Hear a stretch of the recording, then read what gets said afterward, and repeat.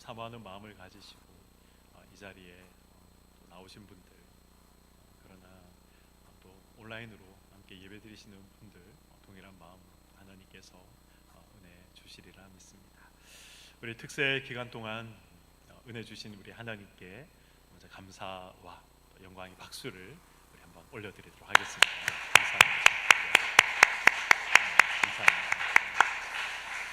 그리고 제가 오늘 새벽에 특세 기간 동안 특별히 힘쓰고 애쓰며 수고하신 분들을 위해서 꼭 기도해야겠다라고 생각을 했는데, 제가 그분들을 위해서 기도를 제가 하지 못했습니다.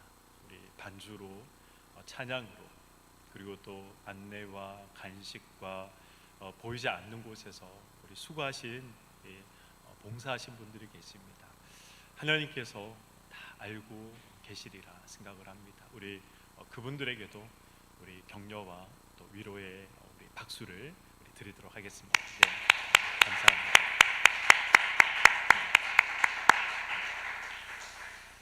제가 앉아서 찬양을 드리는데 그런 마음을 주시더라고요. 이번 특세를 통해서 우리 교회에서 가장 은혜를 받은 사람이 누구냐? 바로 너다, 신목사 너다라는 그런 마음을 저에게 주셨습니다. 그러면서 그렇다, 정말 이번 특세를 통해서 우리 교회에서 가장 많은 은혜를 받은 사람이 있다면 바로 나다라는 생각을 했습니다. 제가 이 자리에서 다 말씀드릴 수는 없지만 제가 사실 마음이 많이 힘들고 무겁고 괴로운 그런 시간들이 있었습니다. 그래서 참 힘들다, 괴롭다 그랬는데, 이 소망이라는 주제를 몇 주 전에 정하면서 어떻게 하나님께서 딱 2주간에 나의 마음이 이럴 줄 아시고 이런 주제를, 또 이런 말씀들을 하나님이 미리 생각하게 하셨을까, 놀랍다, 은혜다, 그런 생각을 했습니다. 그리고 저는 오늘 이 한 6가지 주제를 사실 생각을 했습니다. 특세 기간 동안 어떤 말씀들을 전할까 고민하며 기도하며 이렇게 말씀들을 살펴보다가 한 6가지 주제를 결정을 했는데, 특세는 또 5일이잖아요. 그래서 어떻게 할까 하다가 오늘 이 금요 철야 시간에 마지막으로 정한 이 주제를 함께 나누면 좋겠다라고 생각이 되어서 오늘 이 마태복음 6장 12절의 말씀으로 이 용서가 소망이다 라는 주제로 함께 은혜를 나누고자 합니다. 우리 총신신대원 구약학 교수님 중에 김지찬 교수님이라는 교수님이 계십니다. 설교도 잘하시고 강의도 아주 뛰어나게 잘하시는 분으로 굉장히 유명한 교수님이시죠. 그분이 이 용서에 대한 설교를 하신 것을 제가 들은 적이 있습니다. 근데 너무너무 이 탁월한 설교였기에 아직도 저는 제 기억 속에 그분의 설교가 남아 있습니다. 제목은 몸의 용서, 마음의 용서였습니다. 마음으로 용서했다라고 그분이 생각을 했지만, 그러나 막상 이 용서했다라고 생각한 그 상대방을 만났을 때 자신도 모르게 그 상대방을 피해서 돌아서서 가게 됐던 자신의 모습을 발견했다라는 것이죠. 그래서 이 진정한 용서란 마음의 용서와 몸의 용서가 함께 있어야 한다라는 말씀을 하셨습니다. 그래서 용서라는 것은 그만큼 어려운 것이고 또 그만큼 힘든 것이 바로 용서다, 그런 이야기를 하셨습니다. 용서라는 고통의 제목의 어떤 책이 있습니다. 용서라는 고통. 이 스티븐 체리라는 이 카톨릭 신학자이자 철학자가 이제 쓴 책인데, 그는 용서를 이 종결 혹은 어떤 완결, 끝으로 정의하지 않았습니다. 그리고 이 피해자와 가해자가 용서를 통해서 함께 기뻐할 수 있는 용서는 오직 하나님이 하시는 용서밖에 존재하지 않는다. 그렇게 이 책에서 밝히고 있습니다. 2013년도에 이 책을 우리나라에서 번역을 했는데 책의 내용은 조금 어려운데 제가 그때 이제 2013년도에 이 책을 읽으면서 대단히 용서에 대해서 굉장히 탁월하게 잘 설명한 책이다라고 생각을 하면서 읽었던 적이 있습니다. 이 스티븐 체리라는 카톨릭 신학자인데 우리가 읽기에도 전혀 무리가 없습니다. 신학적으로도 전혀 무리가 없는 책이니까요. 이 용서에 대해서 관심이 있는 분들은 한번 읽어보시는 것도 저는 좋다. 그래서 추천을 하는 책입니다. 이분은 그래서 이제 피해자와 가해자가 함께 기뻐할 수 있는 이 용서는 하나님의 용서밖에 존재하지 않는다. 그래서 이것을 예수님의 용서다, 신적인 용서다, 그렇게 이야기를 합니다. 완전한 용서라는 것은 쉽지 않습니다. 지금 열심히 이 하마스와 이 팔레스타인과 이스라엘의 전쟁이 진행 중에 있습니다. 이 하마스 무장 세력들이 내 자녀를 죽이고 내 부모를 죽이고 내 자녀와 부모를 납치해서 죽였다면 용서할 수 있을까요? 복수를 위해서 이스라엘이 지금 연일 공습을 하고 있습니다. 그런데 무너진 건물 속에서 내 자녀가 죽어가고 있고 내 부모가 죽어가고 있다면, 내 남편과 아내가 죽어가고 있다면 용서할 수 있을까요? 쉽지 않을 것입니다. 그래서 지금 서로가 서로를 향해서 이 피의 복수만 있다라고 외치고 있는 것이죠. 전쟁과 죽음의 공포만 남아있음을 우리는 볼 수 있는 것입니다. 이처럼 인간이 할 수 없는 것이 바로 용서입니다. 용서를 한다고 해도 이 가해자와 피해자가 동시에 기뻐하거나 아니면 동시에 이 완전히 회복되는 그러한 용서란 우리에게 존재하지 않습니다. 용서를 하고 또 용서를 받았지만 누군가는 여전히 이 상실의 아픔을 가지고 살아가야 하고 누군가는 여전히 상처를 안고 살아가야 하는 것입니다. 누군가는 여전히 이 양심에 씻을 수 없는 그러한 가책을 안고 살아가야 하는 것이 인간의 용서인 것입니다. 그런데 예수님은 우리에게 기도를 가르쳐 주시면서 우리가 실천할 수 없는 내용의 기도를 하라라고 말씀하고 계십니다. 그것이 무엇입니까? 용서에 대한 기도입니다. 오늘 마태복음 6장 12절을 이 쉬운 성경 버전으로 해석하면 이렇습니다. 우리에게 잘못한 사람을 용서해 준 것처럼 하나님 우리의 죄를 용서해 주세요. 저는 아주 오랫동안 도무지 이 기도가 이해되지 않았습니다.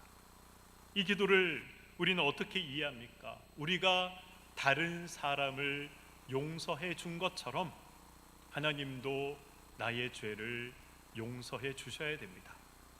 우리는 이 기도를 이렇게 이해합니다. 그렇지 않습니까? 그런데 우리가 그렇게 용서를 잘하는 사람입니까? 철천지 원수까지도 용서하는 사람입니까? 여러분 그런 사람입니까? 여러분에게 욕하고 사기치고 거짓말하고 상처 주고 싫은 소리 하는 사람을 쉽게 용서할 수 있습니까? 용서하지 못합니다. 쉽게 용서할 수 없습니다. 깜빡이도 제대로 넣지 않고 갑자기 뛰어드는 그러한 차들을 보면 이 머리 끝까지 화가 치밀어 오르는 것이 우리들 아닙니까? 그런데 어떻게 우리가 우리에게 죄 지은 자를 사하여 준 것 같이 우리의 죄를 사하여 주옵소서, 이렇게 하나님께 기도할 수 있단 말입니까? 그럴 수 없습니다. 그렇다면 예수님이 우리에게 지금 이 잘못된 기도를 가르쳐 주고 계신 것일까요? 그리고 이 기도는 성경적으로도 교리적으로도 따지고 보면 맞지 않는 기도입니다. 내가 한 가지를 용서했으니 그러니 하나님도 한 가지를 용서하셔야 됩니다. 이 기브 앤 테이크, 주거니 받거니, 이런 이야기가 지금 되고 있는 것이죠. 에베소서 2장 8절 말씀처럼 우리의 구원이라는 것은 하나님께서 값없이 선물로 주신 것입니다. 우리가 하나님께 뭔가를 잘했기 때문에, 우리가 하나님께 뭔가를 드렸기 때문에 우리가 구원을 받은 것이 아니죠. 하나님이 우리에게 구원을 주신 것이 아닙니다. 구원은 선물로 하나님이 우리에게 주신 것입니다. 구원을 선물로 주셨다는 것은 우리의 죄를 하나님께서 아무 조건 없이 우리를 용서하셨다는 말이 되는 것이죠. 그러므로 예수님이 가르쳐 주신 이 기도, 우리가 우리의 죄를 우리가 우리에게 죄 지은 자를 사하여 준 것 같이 우리의 죄를 사하여 주옵소서라는 이 기도는 그래서 말이 안 되는 기도입니다. 예수님의 이 기도는 나에게 잘못한 자를 내가 용서한 것 같이 하나님도 나의 죄를 용서해 달라, 이런 의미로 읽히지만 우리는 이것이 안 된다, 이것이 불가능하다라는 사실을 우리는 너무나도 잘 알고 있습니다. 그래서 어떤 기도가 나옵니까? 다른 사람을 용서하지 못하는 나를 하나님 용서하여 주옵소서. 하나님께 이 자신의 죄를 먼저 용서를 구하는 그런 기도가 나오게 되는 것이죠. 그렇지 않습니까? 하나님께서 용서하라라고 말씀하셨는데 용서하지 못하는 나의 모습을 발견하게 됩니다. 그러면서 하나님께서 용서하라고 하셨는데 하나님, 도저히 저는 용서할 수 없습니다. 용서할 수 있는 능력이 저에게는 없습니다. 용서하고자 하는 그 순종의 마음이 저에게 없습니다. 하나님, 저의 못난 이런 모습을 용서하여 주십시오. 이런 기도가 하나님께 나오는 것이죠. 마치 이런 것과 같은 것입니다. 마가복음 9장에 보면 예수님께서 변화산에서 내려오셨을 때 큰 소동이 벌어지고 있었습니다. 어떤 소동이었습니까? 이 귀신 들린 아들을 데리고 한 아버지가 왔습니다. 그런데 이 제자들이 아들의 귀신 들린 아들의 이 귀신을 내어쫓지 못하고 있었죠. 이 아이의 아버지가 예수님을 보자 다급한 마음에 무엇을 하실 수 있거든 불쌍히 여기사 도와주시옵소서라고 이야기를 합니다. 그래서 예수님께서 어떻게 이야기하십니까? 할 수 있거든이 무슨 말이냐? 믿는 자에게는 능치 못한 일이 없다라고 이야기를 하십니다. 그러자 아이의 아버지가 어떻게 대답하십니까? 제가 믿습니다. 저의 믿음 없음을 도와주시옵소서라고 대답합니다. 무슨 말입니까? 예수님, 믿고 싶은데 믿음이 없으니 믿음을 좀 주십시오. 그렇게 예수님께 간구하고 있는 것이죠.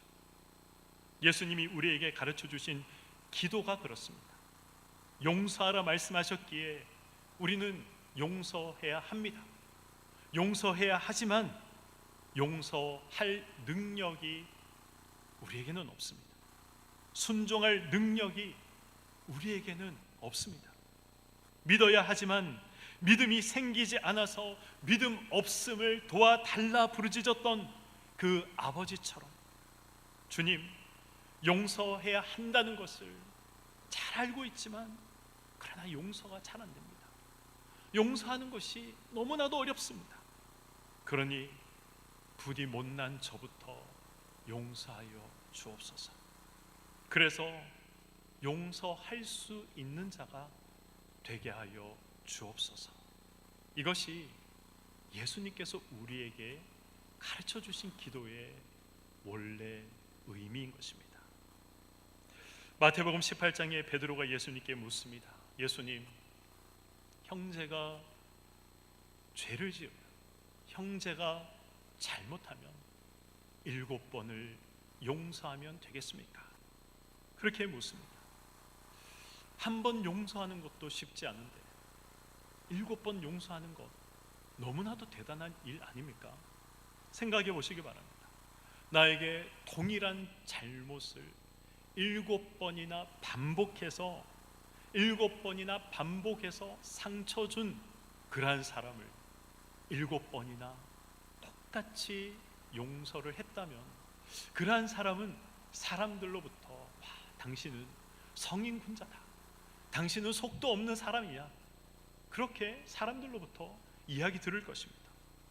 그런데 예수님이 7번뿐만 아니라 70번씩 7번이라도 용서해라 라고 예수님이 말씀하십니다. 예수님은 사실 그렇게 할 수 있습니다. 역사 속에서 예수님은 그것을 증명하셨습니다. 죄를 범하고 범했지만 아직도 인류가 멸망하지 않고 존재하고 있는 것을 보면 예수님은 그것을 역사 속에서 증명하고 계십니다. 제가 이 자리에서 지금 설교하고 있는 것이 그것을 증명하고 있습니다. 여러분이 지금 이 자리에 앉아서 예배를 드리고 하나님의 말씀을 듣고 있는 것이 그것을 증명하고 있습니다. 그렇지 않습니까? 하나님은 70번씩 7번이라도 용서하실 수 있는 분이십니다. 문제는 저와 여러분입니다. 우리는 그런 용서를 할 수 없는 사람들입니다. 하고 싶어도 안 되는 것이 용서인 거죠. 내가 용서한다고 해서 상대방이 변하지도 않습니다. 용서해서 상대방이 변하면 용서할 마음이 생길 수도 있겠죠. 용서할 맛이라도 나겠죠. 그런데 용서한다고 해서 상대방이 변하지도 않습니다.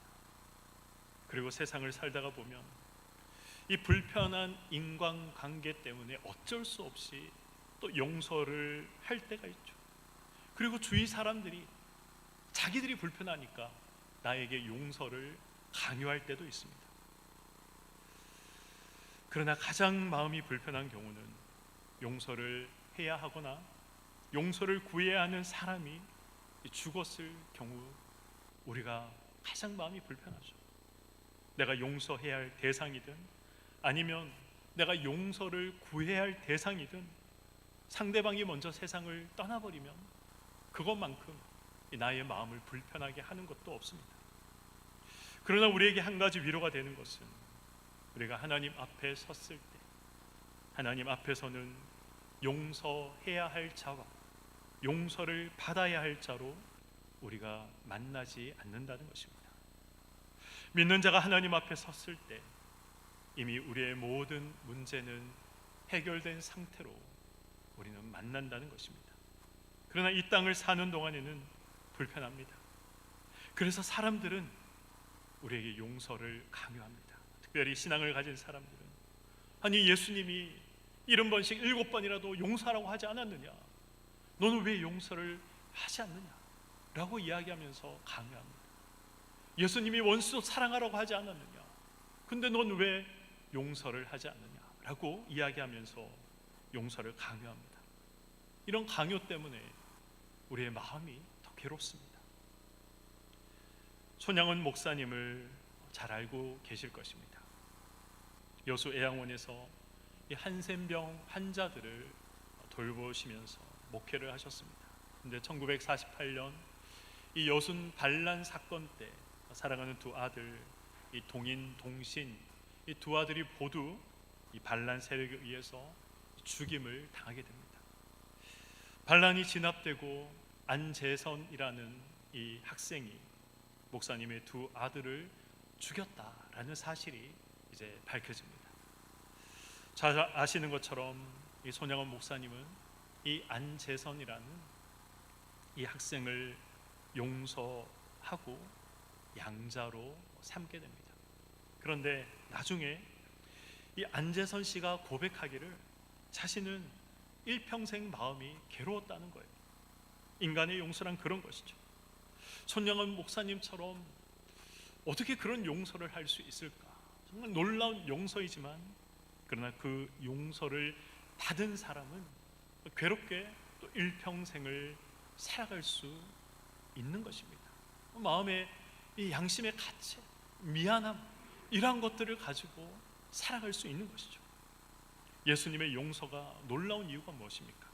예수님의 용서는 용서를 하시는 예수님도, 용서를 받는 우리도 모두가 기뻐할 수 있기 때문에 놀라운 용서인 것입니다.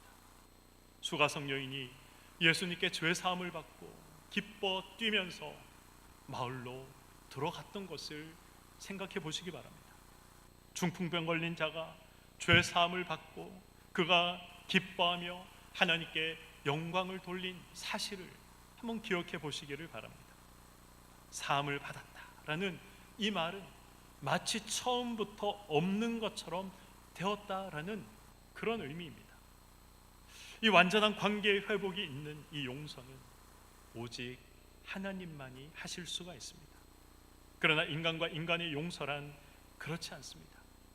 그렇게 할 수 없는데 우리는 그렇게 하라고 서로가 서로에게 강요할 때가 있습니다. 그래서 우리는 용서하기를 포기해야 할까요? 용서라는 것은 어려워도, 그리고 또 실패해도 용서라는 방향을 잡고 걸어가야 하는 것입니다. 우리 신앙생활이 그렇습니다. 우리가 하나님을 믿는다, 예수님을 믿는다, 그 믿는다는 것으로 우리의 신앙생활이 끝나는 것이 아닙니다. 다가 아닌 것이죠. 예수를 그리스도로 고백하는 것으로 신앙생활이 끝나는 것이 아닙니다. 그때부터 시작인 것이죠. 어려워도, 실패해도, 넘어지고 좌절해도 우리가 하나님을 향해서 걸어가는 것, 하나님을 향해서 나가는 것, 이것이 바로 신앙생활입니다. 용서는 어렵습니다. 용서에 실패할 수 있습니다. 그러나 70번씩 7번 다시 용서의 마음을 가지고 용서라는 방향을 잡고 계속 걸어가는 것입니다. 그때 하나님이 극복하게 하시는 것이죠. 극복이라는 것은 하나님께서 뭐 해결해 주신다, 종결해 주신다, 완결해 주신다, 그런 의미가 아닙니다. 원한의 자리에 붙잡혀 있지 않게 하신다라는 의미입니다. 이 사랑의 지선아라는 책으로 유명한 이지선 씨를 다 알고 계실 것입니다. 2000년 7월 오빠의 차로 귀가하던 중에 이 음주 운전자가 낸 7중 추돌 사고로 이 전신 55%가 3도 화상을 입었습니다. 3년 동안 무려 30번의 대수술을 받았습니다. 이 손가락 10개 중에 이 8개의 손가락, 이 첫 번째 마디들을 다 잘라내야 했습니다. 안면 장애와 지체 장애 1급 진단을 받아야 했습니다. 음주운전 사고를 낸 가해자는 아직도 이 이지선 씨를 찾아와서 미안하다, 죄송하다 말 한마디를 하지 않았다고 합니다. 사랑하는 성도 여러분, 이 잘려나간 손마디와 화상으로 일그러진 그 얼굴을 볼 때마다 용서라는 단어가 쉽게 떠오를까요? 지난 3월에 이 유퀴즈 온도블록이라는 프로에 이지선 씨가 나왔습니다. 중환자실에 있으면서 아버지에게 그렇게 이야기를 했다고 합니다. 혹시 가해자가 찾아오면 용서하겠다, 그렇게 말을 전해달라, 아버지에게 이야기를 했다고 해요. 누군가를 미워하기에는 지금 자신이 받고 있는 그 신체적인 고통이 너무나도 극심하기 때문에, 그래서 미워하기도 분노하기에도 너무나도 힘들었다고 합니다. 물론 가해자는 지금까지 미안하다는 말 한마디 없다고 합니다. 그러나 이 용서했기에 자신의 남은 삶에 힘을 모을 수 있었다. 그 프로에 나와서 그런 이야기들을 하더라고요. 바꾸어 말하면 무엇입니까? 용서했기 때문에 나는 내 삶에 소망을 가질 수 있었다. 용서했기 때문에 난 다시 소망을 가질 수 있었다. 그 이야기를 하고 있는 것이죠. 하나님께서 그 길을 걷게 하신 것입니다. 사랑하는 성도 여러분, 우리도 용서받았기 때문에 천국의 소망을 가지고 살아가고 있는 것 아니겠습니까? 용서가 소망인 것입니다. 그러나 이 용서를 하고자 해도 이 역시 괴로움이고, 용서를 하고자 해도 잘 안 되기 때문에 이 역시 고통입니다. 이 또한 내 마음대로 되지 않기 때문에 그렇습니다. 그러나 용서란 해결이나 종결이 아니라 시작이고 출발임을 기억하시기 바랍니다. 실패하면 또 용서하고, 실패하면 또 용서하시길 바랍니다. 하나님이 우리를 그렇게 용서하신 것처럼 말입니다. 저도 사실 이것이 너무너무 어렵습니다. 굉장히 어렵습니다. 정말 어렵습니다. 신앙생활하면서 이 용서만큼 어려운 것이 또 있을까? 하나님의 말씀들 중에 용서만큼 순종하기가 어려운 것이 또 있을까? 저도 그렇게 생각을 합니다. 그래서 기도합니다. 하나님은 저를 위해서 70번씩 7번이라도 용서해 주셨는데 저는 그것이 쉽지 않습니다. 그래서 하나님, 저를 용서하여 주시옵소서. 하나님의 그 용서를 통해서 하나님의 크심을 알고 하나님의 사랑을 깨달아 알게 하시고, 그래서 또 다른 사람을 용서할 수 있는 그 용서의 마음을 가지게 하시고, 그것이 안 되면 흉내라도 낼 수 있는 사람이 되게 하여 주시옵소서. 그렇게 기도를 해봅니다. 우리는 용서를 받아 소망을 가지게 된 자들입니다. 그러니 용서하기를 포기하지 말고, 원한의 자리에 붙잡혀 있지 말고 극복하게 하시는 하나님을 소망하시기를 바랍니다. 어려워도 실패해도 다시 용서를 시작할 줄 아는, 그래서 예수님께서 가르쳐 주신 기도의 의미가 무엇인지 깨달아 아는 저와 여러분의 삶이 되시기를 주님의 이름으로 간절히 축원드립니다. 아멘. 우리 예배 전에 찬양을 드렸던